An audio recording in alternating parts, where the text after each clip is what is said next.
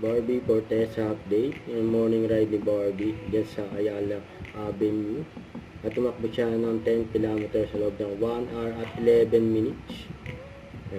Maswerte na nakakita kay Barbie dyan. Ngayon Sunday. Eastern Sunday. Nagparamdam ni si Barbie. Dahil ng Holy Week. Tahimik lang si Barbie. Kaya nag-enjoy pa nga si Barbie tumakbo. Isa sa mga hilig ni Barbie yan. Fitness era. Grabe puti ni Barbie. Ito, ang ganda pa nga ng pagkakuha kay Barbie. Mga shots. Solid.